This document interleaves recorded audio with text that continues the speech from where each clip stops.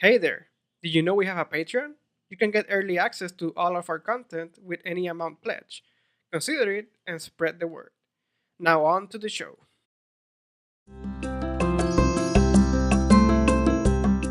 Welcome, guys. Welcome to the Usual Spot, a podcast where we talk about video games, movies, and just media culture in general.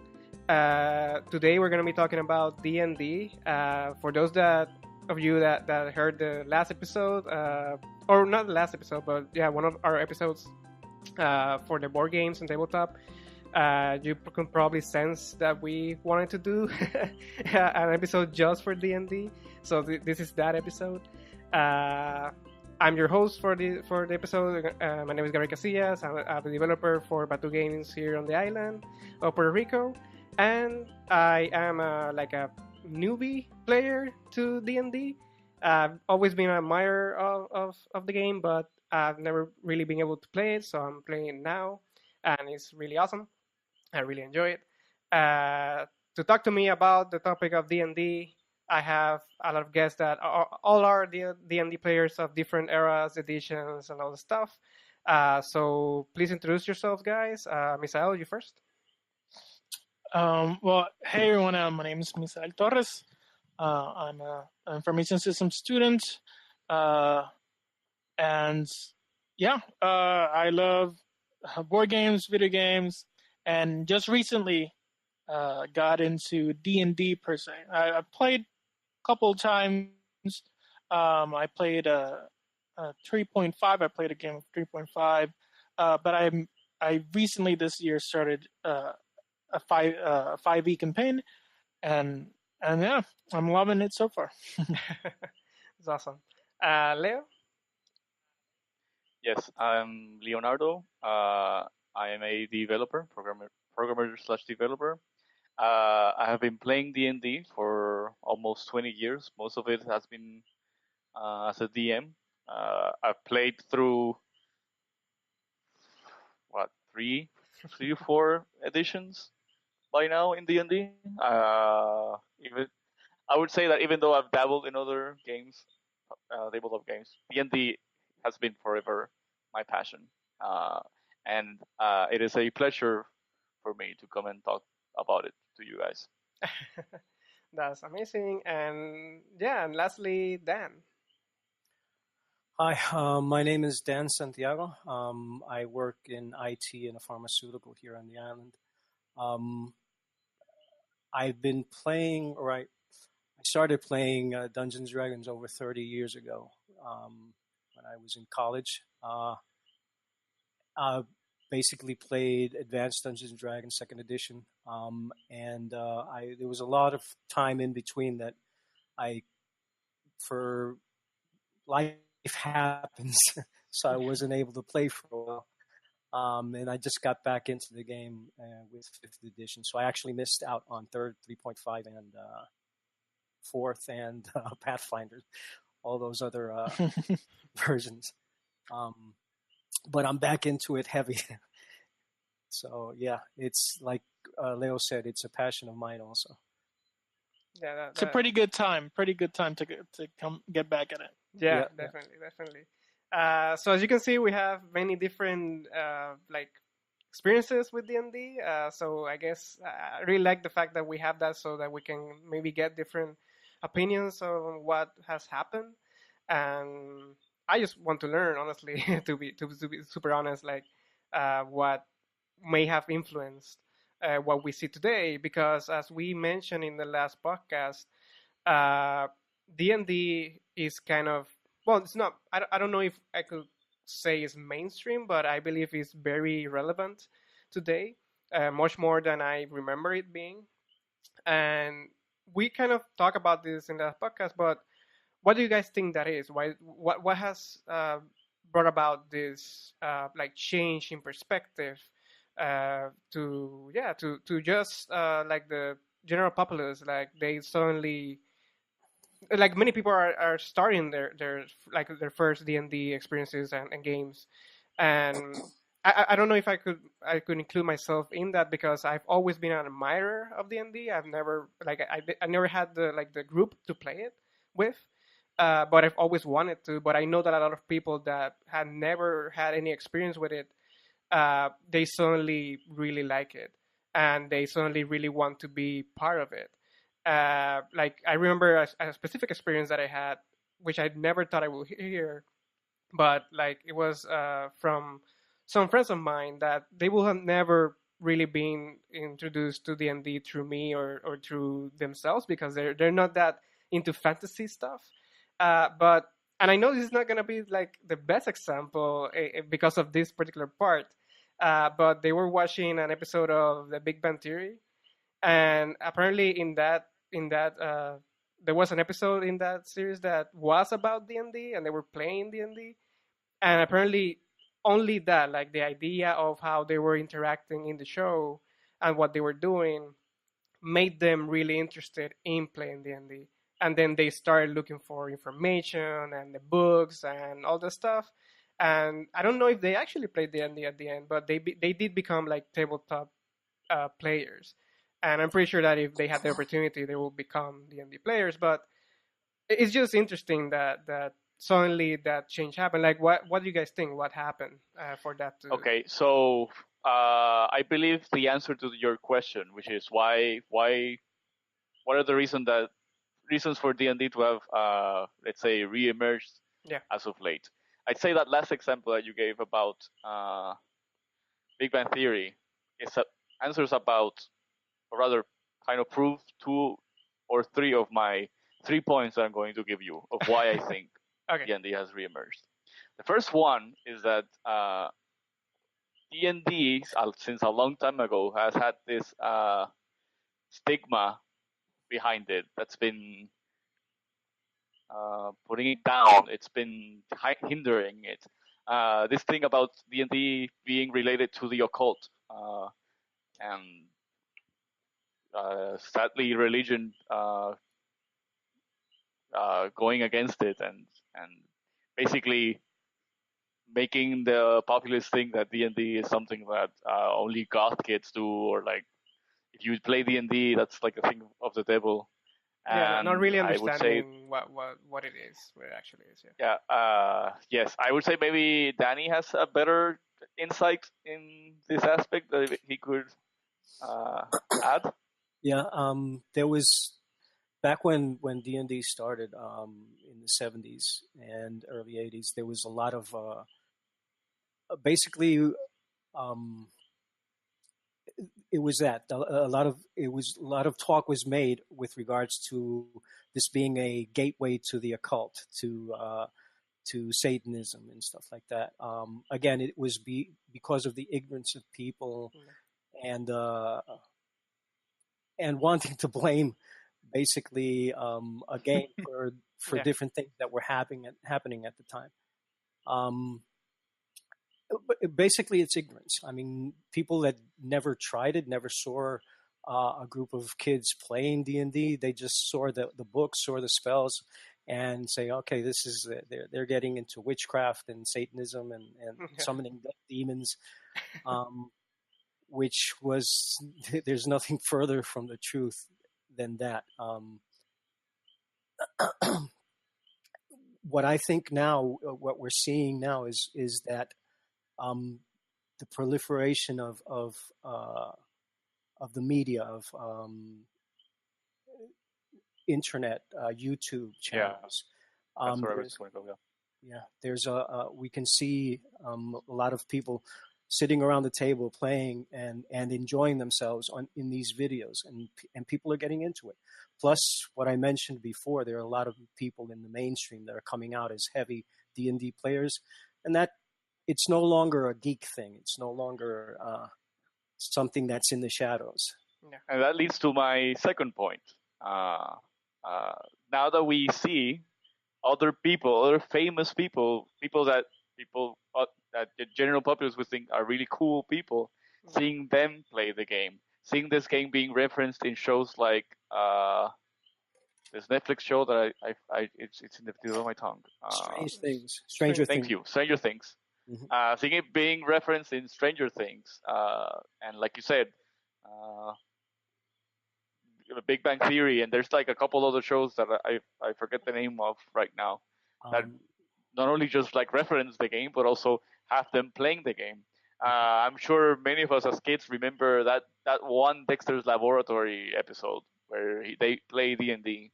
Yeah, so it has helped a lot that the media has put the game in a good light, and that has helped its popularity. And since my third point, since the game is actually a good game that promotes communication between each other, being on a table, sharing with each other, being able to make friends this way. It's a very social game. D&D being a very good game, I'd say that would be like the third point that has led to its reemergence. Yeah. What Leo says, some of my best friends that I'm still friends with them that I met 30 years ago, it was through this game that I met them. And we're still, like I said, I hadn't played for a while. Although I kept in touch with these friends that I met through this game, and then we're back at it, playing. It's a very social game. Yeah.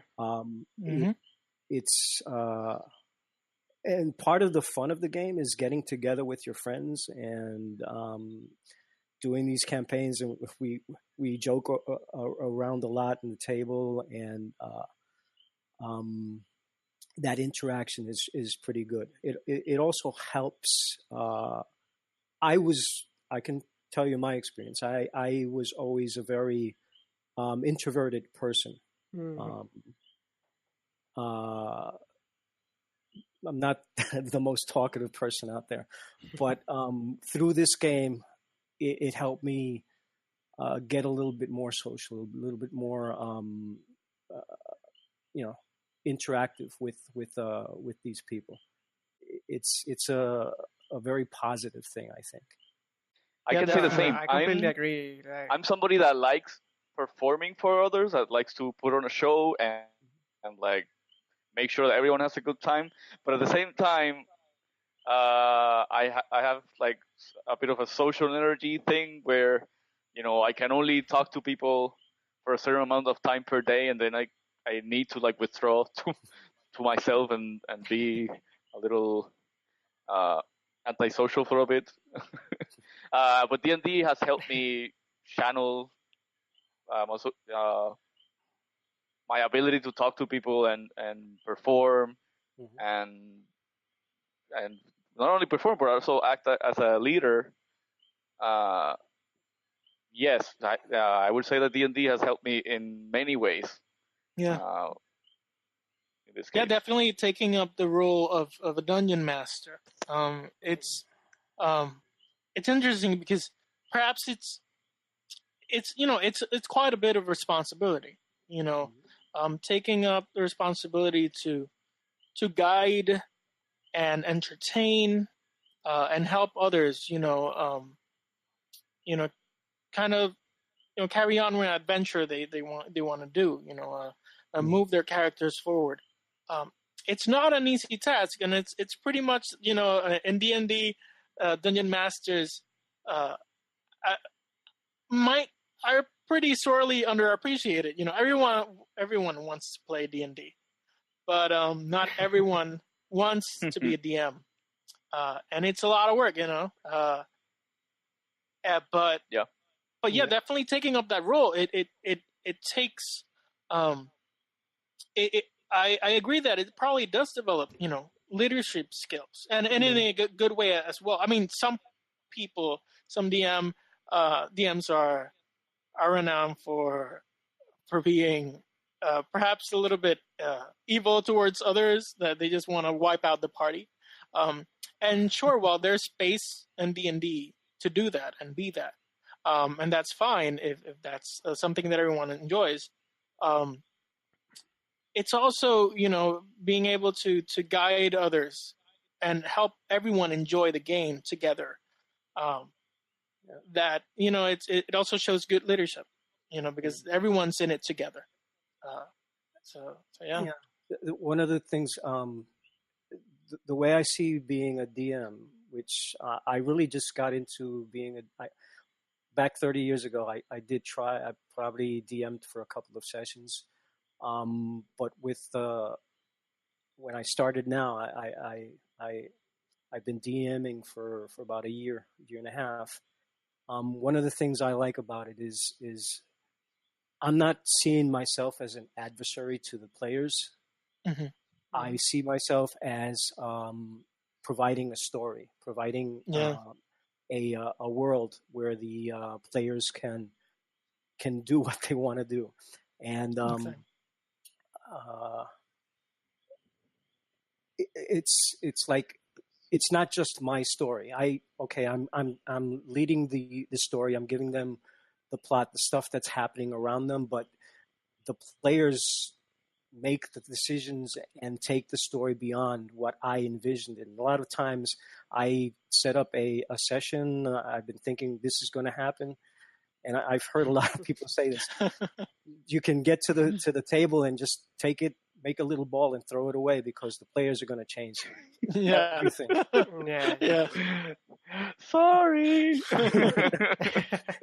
And actually, it's I was watching I don't remember. It was one of those YouTube D&D sessions or adventures, and like in the very first episode, one of the characters went into a magic shop because there were someone there, and the guy in the magic shop basically gave them like this crystal ball, and he told them so go and find who is the one that has this crystal ball, or what it's about, right? Like what was the backstory behind it, because they couldn't quite understand what it was. So they had to kind of go to a specific mage that was really powerful, and many things that had to happen, right? And literally, one of the characters who was like a troll or something.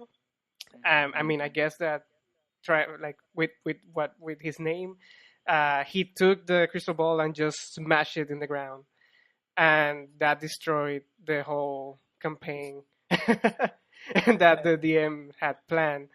And he kind of had to come up with something else on the spot, and he later admitted that that kind of he had a whole storyline based on that crystal ball, and the one of the things you have to learn, and specifically if you're being a DM to a group of players, is you have to learn to improvise and think quick. Because like I said, you have all your notes, all your ideas, and you throw it away when you get to the table because the players are going to change everything on you. Yeah, but that's great. That's some of the best sessions I've had with my players is when they do something that I completely did not see coming, and then you just have to improvise and go through it, and it's fun. I mean, Do you have an example for us, Danny? An example. Let's see. In this game we've had, there's been a number of them. In the last session,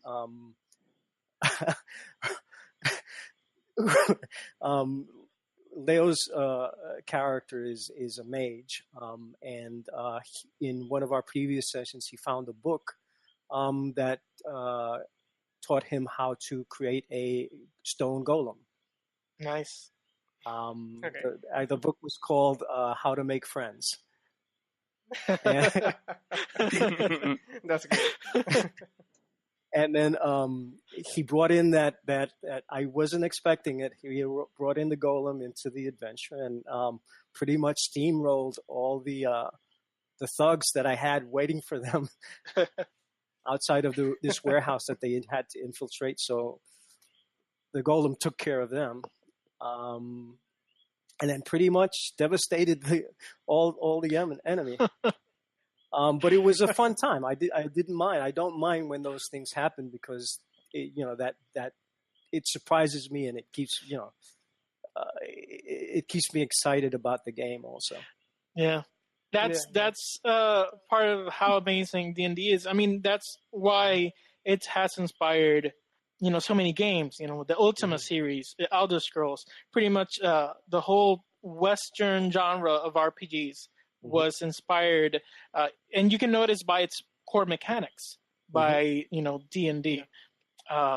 But regardless, no video game is expansive as people's imaginations, and having this group of people together, it's just way better than any other open world RPG. You say Western, but I have a feeling. Oh, even definitely. I think even JRPGs, Yes, because unless there's like a bit of history here that I'm not seeing, the first Final Fantasy. Not saying that it's the first JRPG, of course, but the first Final Fantasy has Vancian magic. It had Vancian magic, and I'll explain what that is. Basically, Vancian magic is the type of magic system that D&D uses, where you prepare some spells, and you can only cast each times per day. Interesting. And there, with spell levels, you had earned spells for each level, like Fire 1, Fire 2, Fire 3. Those had they were each on a spell level. And you can only cast a number of spells for each spell level, just like in D&D. And I saw that when I played Final Fantasy 1 before. I don't know if it's like that anymore in like one of the remakes that they. Well, there you go. I mean, a lot of the job types and stereotypes also. So it's in fact there's this anime, a record of. I think it's record of Lodos War. Yeah, and that was a story written by it was a campaign story that he had done for D&D. So yeah, definitely a lot of inspirations even in Japan. Yeah, so D&D, it really is like the grandfather of like RPGs and all these fantasy settings. Yeah, definitely. I love what you said, Danny. At the end, I'd love to add a link, at the with the video, because what Danny mentioned reminded me very much of a story told by a game designer who worked on one of the Star Wars RPGs, tabletop RPGs, and it was a very similar story of how they were prepared. They had were just gonna release this game, and they had a demo party at this. I think it was in a restaurant, and Universal Studios, and something like that happened. Like the players completely destroyed their demo and took it, somewhere where they didn't expect it. So it's pretty common, Yeah, when you got players around the table, each one with their own ideas, with their own imagination, and they're going to take what you thought of and just change it completely.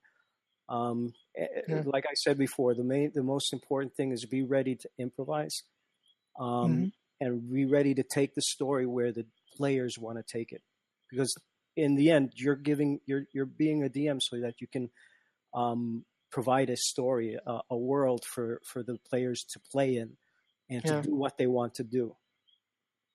We follow some basic rules, but this is all about the imagination, and what the protagonist of the story.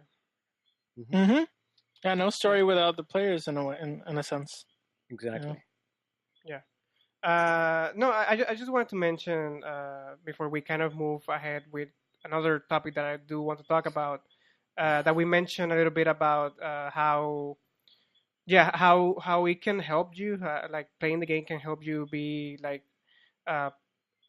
interact with other people, be a little bit more brave, and just be able to act in some ways.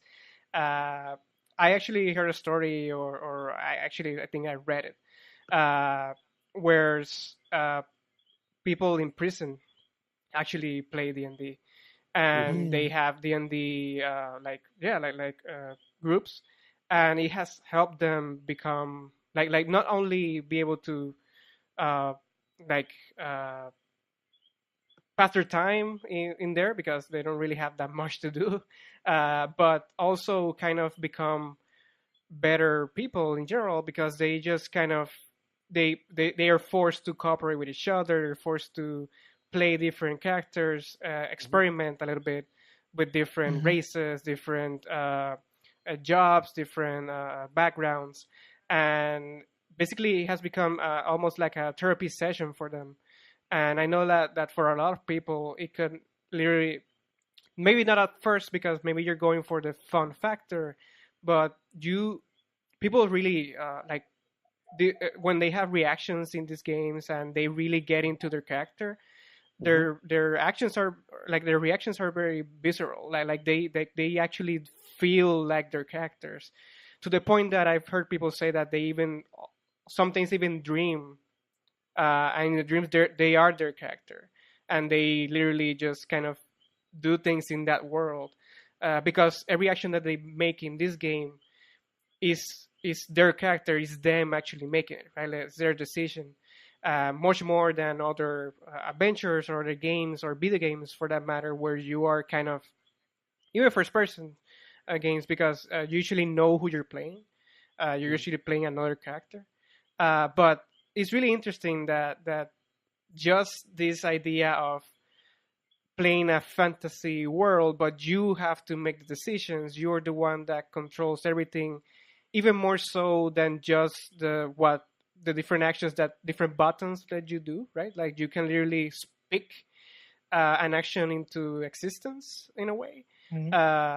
And they're almost limitless in that sense. Of course, there's limits in D&D, because if there were no limits, then there wouldn't be any, like it wouldn't make any sense. Like no session would make any sense. It wouldn't be a game, exactly. But to me, it's really interesting that something that you will never think could have such an impact to your psyche, and just it could literally become something that helps you become just a better person in general. Like maybe understand things and even experiment with things that you wouldn't do before, to see a different perspective, and that changes you. Yeah. One of the things with this game is the social interaction.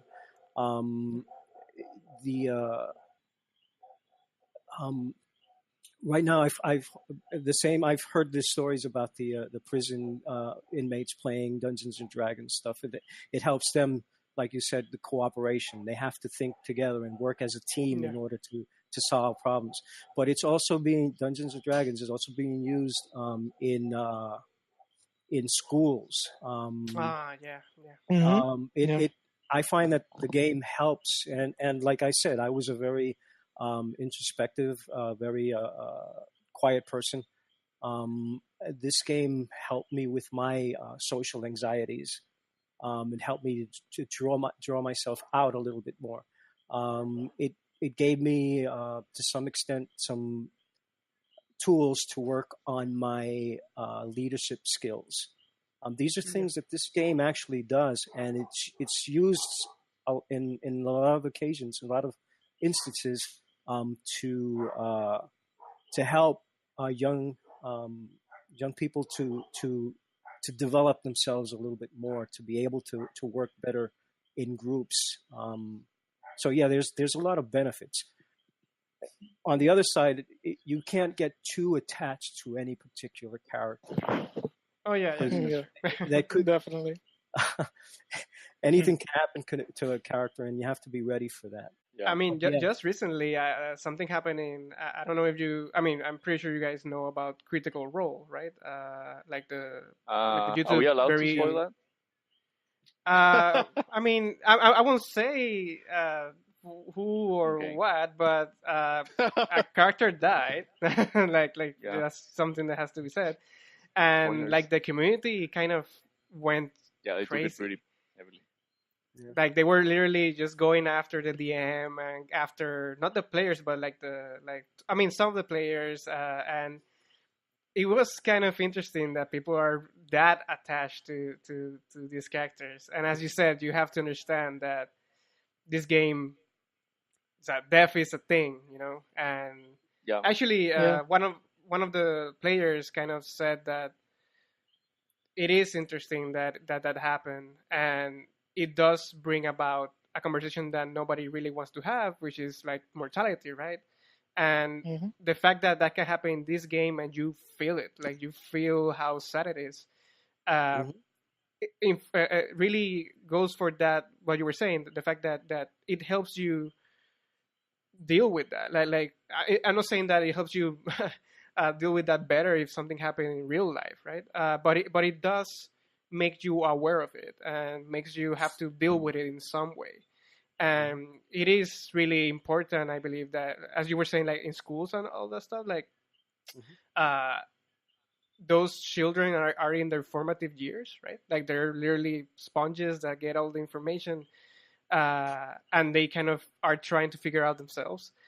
Being able to play a game that lets them explore different things and lets them have to deal with this kind of themes or topics is, yeah, I really I would really enjoy to play D&D when I was in school. To be really honest. Yes. Uh, Yeah. Tell me, it was very. I'll let you know. It was very great. I mean, they didn't have any curriculums, but I was playing D&D almost every day during high school, during lunch that, break, and that's awesome. it was pretty great. Yeah, But but yeah, I this Regarding should be mean, more yeah. of a normal thing. No, you go, Misa. Oh, I'm sorry. Yeah, regarding mortality, it's interesting because Wizards of the Coast recently published an adventure module where they deal with that, in Tomb of Annihilation. Because, Wow, yeah. sometimes they're, as players, people are used to, oh, let's revive someone or let's try to stop someone, from dying. Yeah. But that's an adventure that revolves solely around that fact and the fact that people are not coming back.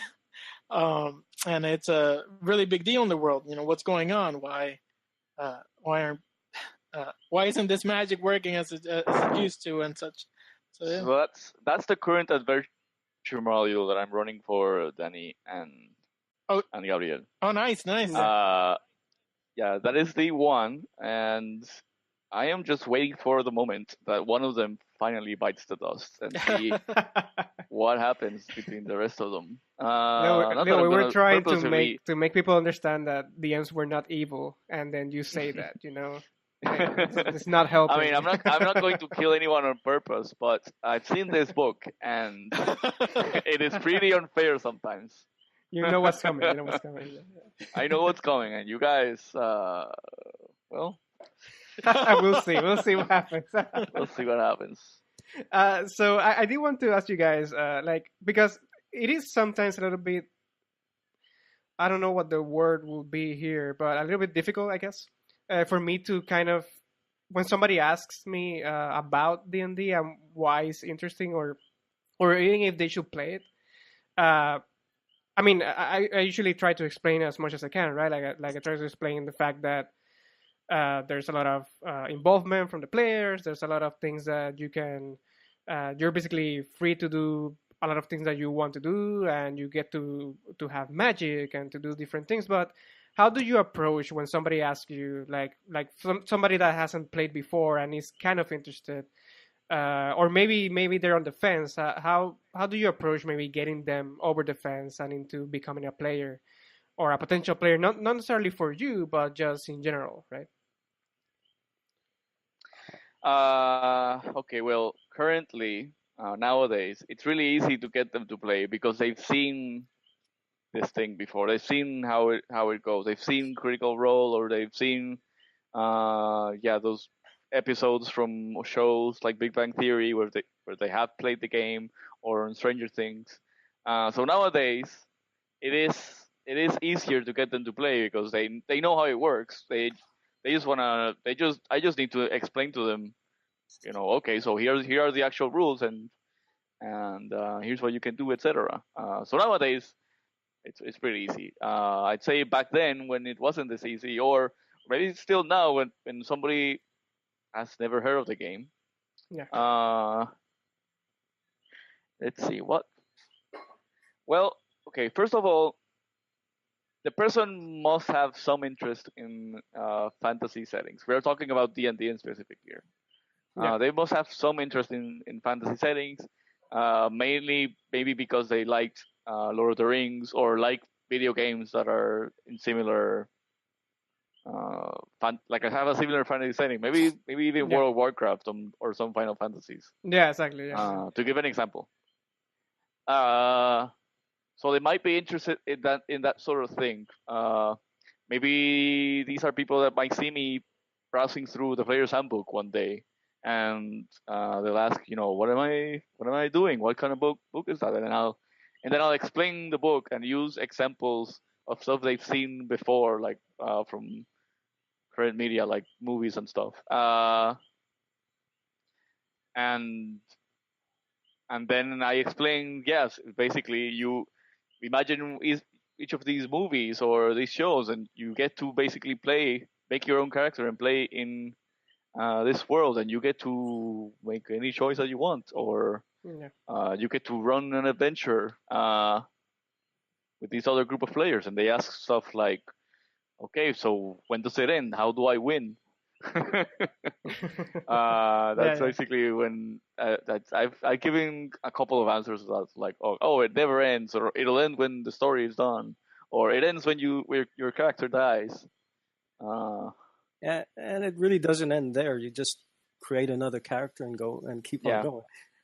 But I guess it goes on as long as you are having fun with it. To be honest, honestly, it's a matter of just getting them to play, or at least like see the first session.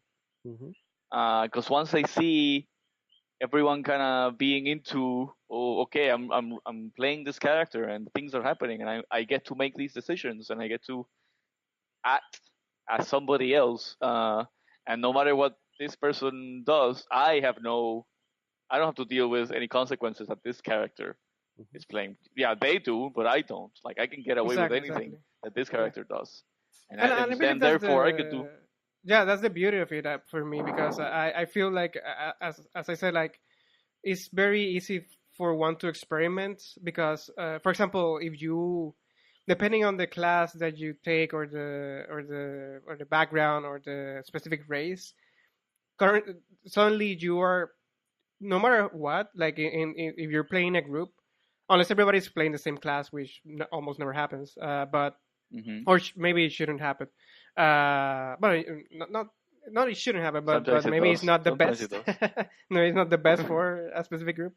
But for example, if you're the cleric of the group and you're the only one that can maybe heal people, you have to play a certain way, or you don't have to, but you're certainly put in a position that you probably never really have been before in your life, right? Because not only do you have magic and you're the only one that can save people, but unless you're a doctor and have actually healed people, you don't really understand the how important that is, maybe in a fantasy setting. And I feel like that's really awesome, because you treating this as a fun thing that you're doing on a weekend or something. But when you are playing that character and you're forced to see things from that point of view, or that perspective, or that role, your brain is, it's you're making the decisions in the end. So you maybe went there without expecting to use your mind to kind of solve puzzles in real time, and to be a little bit, as you were saying, Dan, like have a little bit of improvisation, right? Depending on what happens, just even in the players, from the players' viewpoint. But it's really interesting that you go in to have a very, like, just fun experience, but honestly, you're basically in a very committed relationship with the game and with your character. And whenever there's a situation where you're in danger, you feel like you're in danger. You want to be able for it to be the next turn, to maybe feel like you have a chance to escape from the situation. And yeah, it's just amazing how addicted you can get to it, and how strong that connection can become with something that you just went into for fun, you know? Yeah, it's a form of escapism. It's a form of getting away from your day to day, in a fantasy setting where you can basically be anything you want to be. And people do get very invested in their characters. They to the point where they see a situation where their character's in danger, they're ready to run instead of going head on. I mean, it's just a character, but they protect that character because they want to see that character to grow, to level up, as they say. So yeah, people get very invested in their characters and in the game, and like I said, it's a way of escaping your day to day and being someone else, being a hero, a way I find very different than when you're in a video game, even something like World of Warcraft and stuff. Here, you're creating every detail of your character, and as the story goes, that character grows, and depending on how the dungeon master takes your where it takes your character, if he helps you develop that character and his backstory, you get more and more invested, more and more into that character, and you want to see them grow to be something important in that fantasy world. Yeah. One of the things that I think that really made me really want to play this game was that the idea of being able to write a character backstory and then being able to talk to the DM about it and then let them do whatever they want with it and see how it comes up in the story. And when you have like maybe 4 or 5 players doing the same thing, and suddenly you can see each of them kind of reacting to different things, and you don't know them enough, so you have to kind of see who they are as the game progresses. It does become almost like a series in a way. Like every session is an episode, and you just want to see what happens in the next episode and what happens in like what changes, what do you learn from each character. And of course, not every single player is like that. There are many different types of players. There are players that are just there to have fun and they don't really care about having a backstory or whatever. But I was actually talking about this with somebody else that was kind of telling me that they just don't want to create a backstory for their characters because they're just not that creative. And I told them, you could just do that. You could just go into it and say, this is a character that I want to play, but your actions are gonna kind of create a story for that character, no matter what, you know. Just being part of that world and deciding to attack or not attack or help or not help automatically makes that character part of that world, and maybe eventually you might even want to kind of create a backstory for him or her, and I don't know, it's just really exciting that that's something that is actually what I've been doing with my characters, where I just bring in a concept of a character to the table. Okay, this is my character, plain and simple. What you see is what you get. That's the character. And then later, as the game goes on, I retroactively add a little bit of background to explain my actions at the table later. Not that if you want to play, not that it's something that you have to do. You can just act and not have like a background that explains it. I actually like to create the background. It doesn't have to be too big, but a small story of where this character comes from and why he's out adventuring. I like to do that, but I understand also there are players that, like you said, just want to get into the fun, into the playing. When I'm DMing for someone like that, I sometimes, if they don't want to come up with a backstory, I might give them something myself based on the character they created, so they can set themselves in the campaign world, in the setting. They have like an anchor for their character to go forward. But like you said, one of the things I like to do with that is work on my backstory of my characters. I find it gets the creative juices going. Yeah, Yeah, yeah, it does. definitely. Yeah. And it is pretty yeah. fun, and like you were saying, you have the opportunity. It's just such a vast game. You have the opportunity of doing that, just going all in and really writing a detailed description and detailed history for your character. But you can also just enter, the tabula rasa, and just it's a blank slate, and allow for the actions and the things of the adventure to form him. Or you can just improvising. Yeah. Either way is good. Yeah, yeah. I mean, it's really interesting how campaigns come to be because you have to spend so much time. I mean, from the DM's perspective, they have to spend much more time than the players, to be super honest. But just the idea of everybody getting together and playing for usually like a session is about 3 to 4 hours, even longer, right? I mean, is that kind of the average, you would say, Leo, or? I guess it depends on the group. Yeah.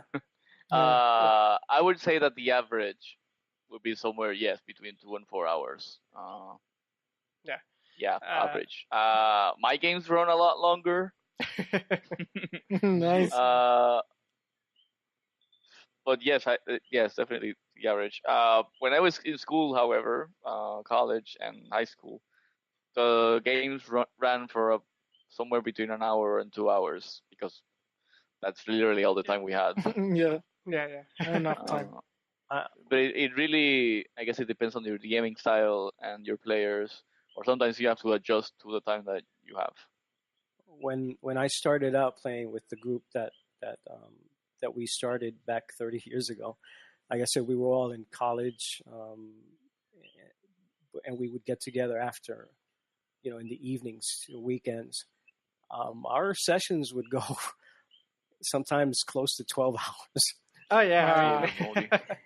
Wow. I mean, if you have the time, of course, yeah, like that would be a thing that happens. But yeah, like something that is really interesting to me is that even though people are so busy nowadays and they have to do so many things, they still like the allure of this game is strong enough that they move stuff, they make time. Oh yeah. To be able to play it, even though, to be honest, like 3 or 4 hours is a lot. It's a lot of investment in terms of time for this game. But yeah, I when I play it, I mean I haven't played a lot, but when I do play, I don't really feel those hours.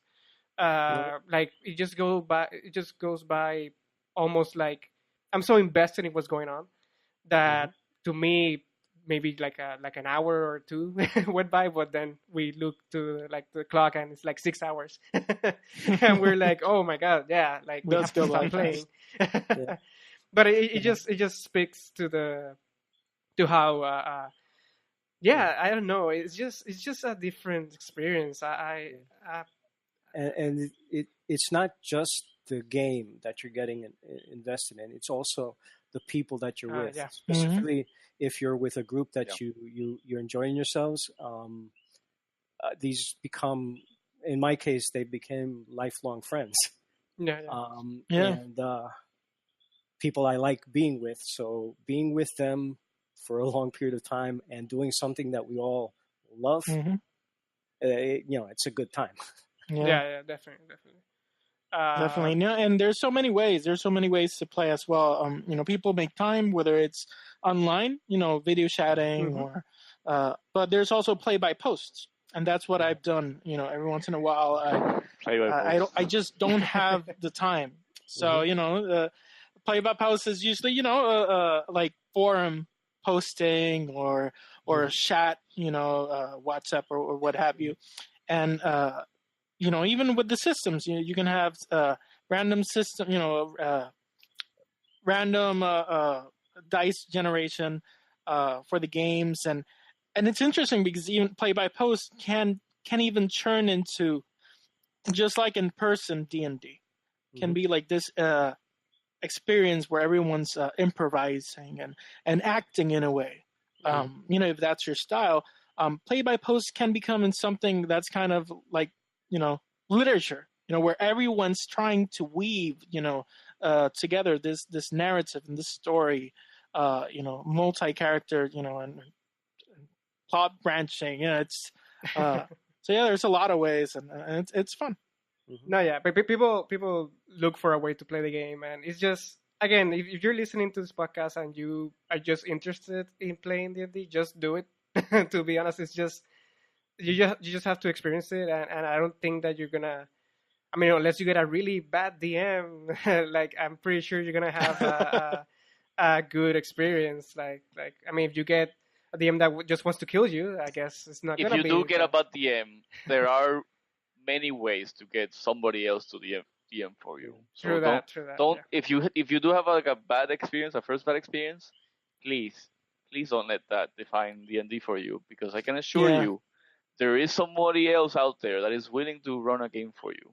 Yeah, actually, I heard somebody say that if you feel like the DM that you have is not doing the job that you want, you may be the DM that your your group is looking for. You know. Mm-hmm. That could be it too. Yeah, and with right now with online playing, you can meet people from all over the world. People right now, one of our players is in Japan. Yeah, it's nice. not it's not easy with the time because we're talking about the other side of the world. But there's a lot of ways, a lot of people out there, and with online playing now, you can be playing with people in any part of the world. So you'll be able to find good people to play with and good DMs. There's a lot of them out there. Yeah. And we didn't even touch that topic, and we won't be able to because we're literally at the end. But just the idea of how open, like those different experiences from people that live in different places, what they bring to the table, that's gonna probably be very different, maybe perspective wise from what you would bring to the table, and that's even more interesting because I don't think that happened before, at least not that is not as easy as today. So yeah, that's really also really interesting. So as I said, sadly we are almost at the end of the podcast. So what I want to do to you guys is, if you want to have like a last statement regarding D&D, in the sense of just something that you want people to know, or something that you just want to say about D&D in general, like how everything's happened to it, and the fact that you've been there for it. You can go ahead and say something. Leo, I don't know if you have something. Oh shit, man! There's so many things I could say. I'll go with this one. There's so many things I can say, but I'll go with this one. I would say probably my fondest memory that I had with my father was when he introduced this game to me. Oh wow! Many years ago, I was maybe 6-7 years old. He took me and my other brothers, my other siblings. We wrote up characters, and he ran a pre-made module for us for 1 or 2 days. Like, he ran just like 1 or 2 nights, and that experience was so magical for me. It left such a big impact for me. The idea of like role playing another character and playing alongside my brothers. I may have mentioned earlier that cooperative play was like my siblings, my brothers, was something that we all looked to do together all the time, because we like to like share time with each other. We used to do kind of like imaginary role play before we even knew about D&D. So this means for us to kind of channel what we were already doing, but with like actual rules, and you know how kids play with like sticks outside and stuff. We used to do that a lot, and with this game, you know, this was our actual way to do it with rules and stuff. So the fact that our dad introduced this game to us, it turned out to be pretty magical. And I think if any parents are listening to this right now, I think that Dungeons and Dragons is one of the best presents that you can give to your own children. That's really, really interesting. Yeah. Dan, do you have something?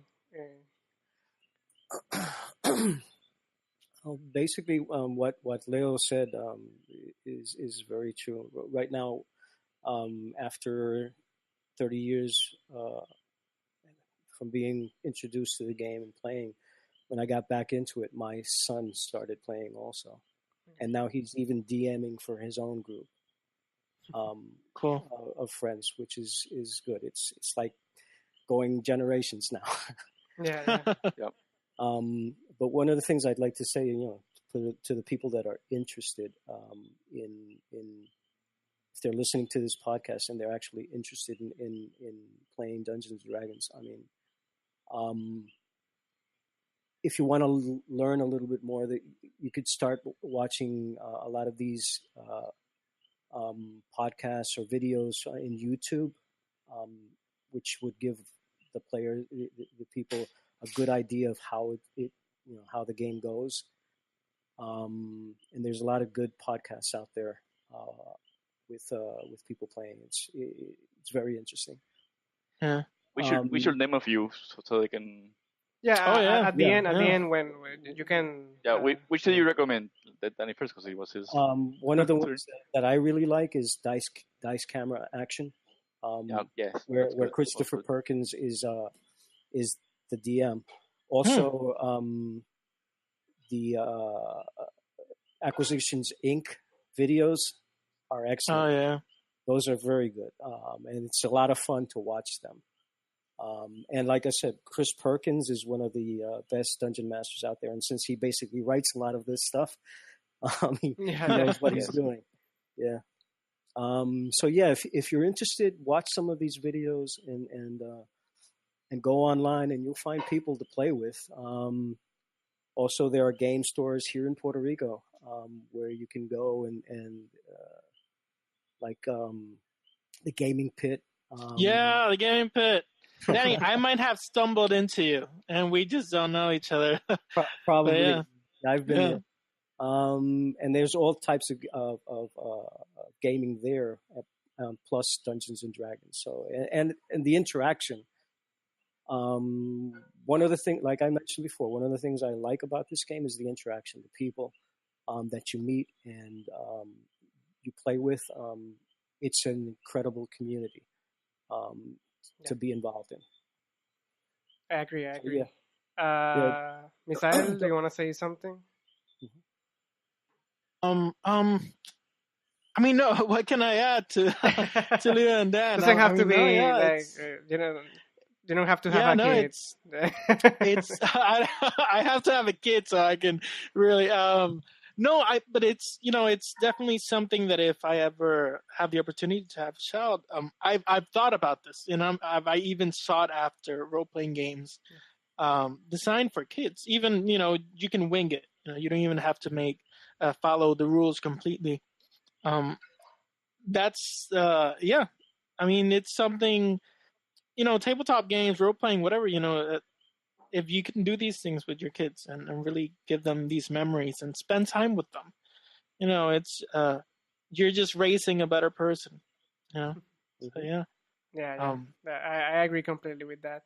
And yeah, honestly, the only thing that I can add to what you guys said, and it's really beautiful what you guys mentioned about the generations and it being a gift, and I do agree with that. I wish I had played this before. I honestly, when I first played it, it was everything that I imagined and better. And I guess maybe that speaks to how you DM, Leo.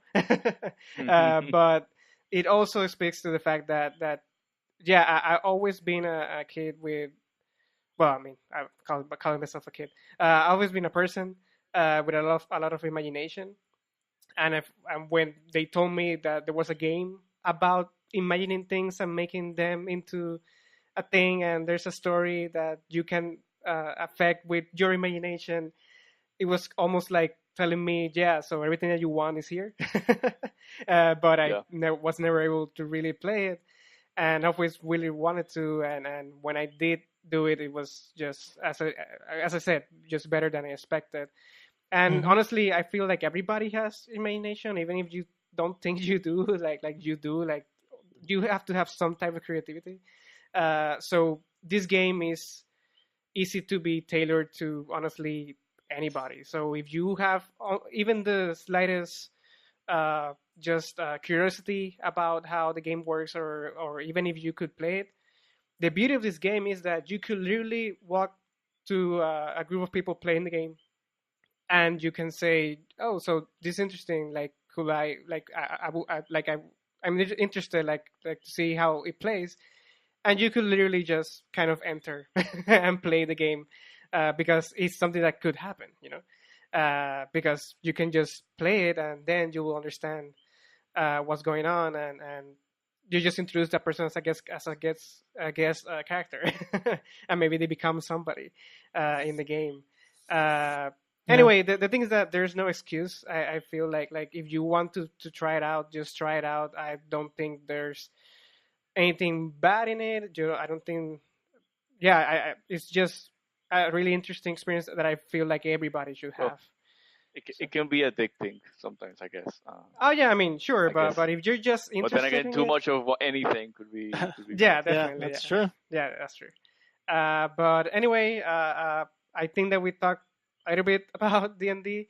If there's anything else that we can mention, or depending on what happens, because again, as I see it, this is not gonna stop anytime soon. Like this is gonna Yeah. keep growing and growing, and there are many issues that are kind of coming along that we've never seen before, because we've never seen it be this big. Like for example, how there's even a question now, or even I think there's even a book being written about this, where how you can make your D&D game more uh, adaptable to an audience that's watching you play the game, which is really weird because it kind of becomes almost like a theater thing. Like you Yeah. have to Exactly. That's what we see with stuff like Dice Camera Action, with Exactly. the Acquisition Inc. and Critical Role, which is probably one of the more famous ones. Yeah, It becomes a spectator sport. exactly.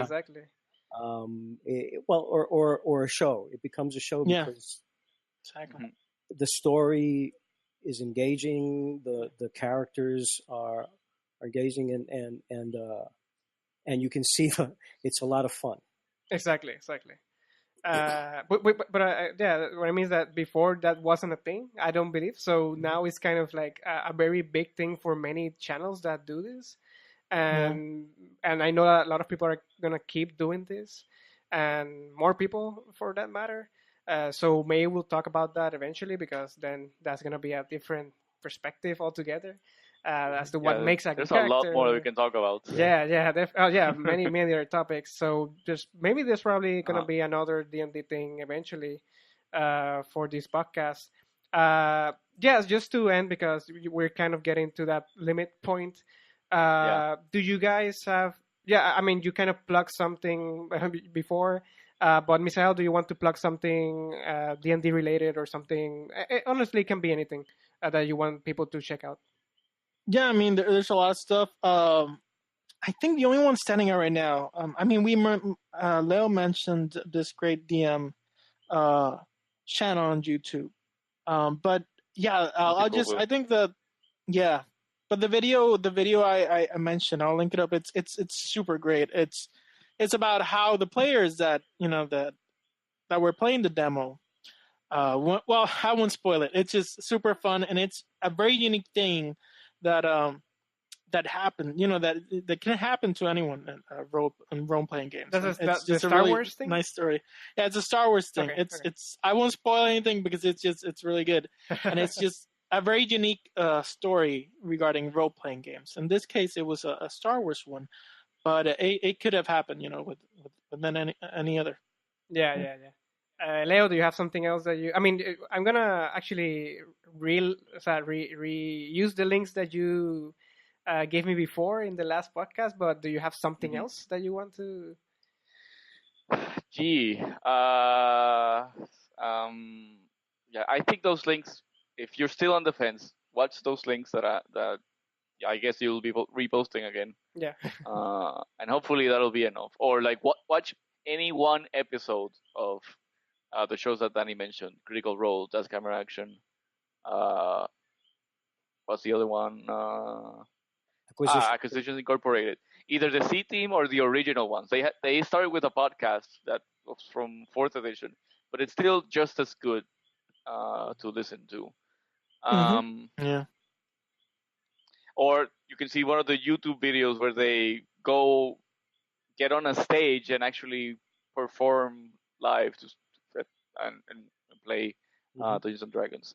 You could also watch Fourth Grade. I recommend the second season, where you actually have John Manganiello, Deborah Ann Wool. There's a couple other well-known actors. There's one of the kids from this kids show. What's his name? He's one of the Strauss. twins. Strauss. His last name. Thank you.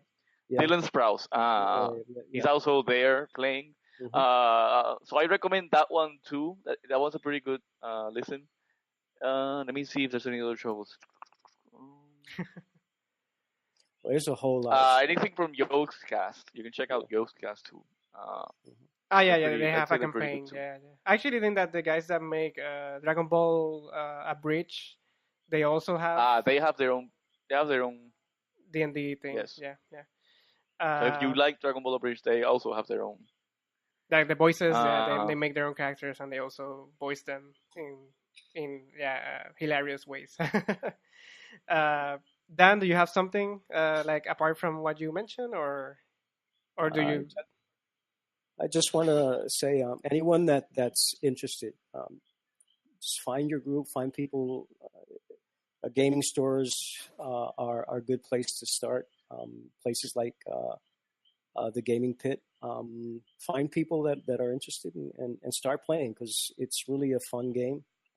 And the interaction with people is great. If you want to learn more, watch those videos that we were mentioning. Those channels, they're excellent to get a good idea of how the games are. Exactly. And just have fun. That's what this game is about. Yeah. If you're shy, like you have social anxiety and stuff, but you want to play, say you did watch one of these games that we recommended, and you're shy, maybe a game store would be a little too much. You can't find somebody to go with you. You can go to roll20.com. You just go to roll20.com. Yeah. There, you have the ability to look for a game. There is a list that you can look for games. There are people with campaigns. They give you a list of campaigns that you can join. If them are open, and you can find the one that kind of you may like the one the most, and you can just press the button and say, okay, join this one. Yeah. I mean, you still have to interact with the DM and talk to him, but this way you don't really even have to get out of your house. Yeah. True that. And adding to that, there's a lot of play-by-post websites, but I think the best one, because it has a fairly decent community, large community, but also the people who play there tend to be really into the role playing, and they tend to be a little bit more dedicated to the game, and it's a very nice place to start and really experience. People are very friendly there, and it's Gamers Playing. So the website's gamersplaying.com, I believe, and it's definitely one of the best play-by-post websites. So if you also you prefer to write and play with people that way, and it takes longer, but it also, you can do it whenever you want. And you do miss out on a lot of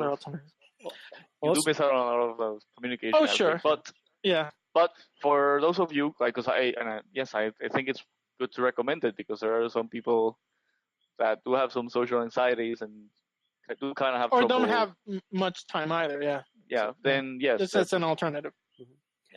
Another good source to see actual live play is the Twitch. You go into Twitch, you search for D&D, and there you'll find a lot of live games going on. Yeah. Almost every day at any time they're hosting one of the D&D games that we mentioned, and many others. Yeah, So, I mean yes, there I there think are that's many good. many people doing this, and it's always really interesting to just watch what they come up with, because they're always trying to do something a little bit different. Yeah, and just to end, because we've kind of gave people a lot of really as you said, like maybe known people playing the games, or people that are very like actors or really good at improvising. Again, you don't have to be like them when you play the game. Every game is different, so when you play a game, you can just be whatever you want to be. You can be yourself, and that's okay. So don't believe that you have to be like, if you watch Critical Role, don't feel like you have to make an accent or A have professional voice actor. yeah, to be able to really Yeah. play it.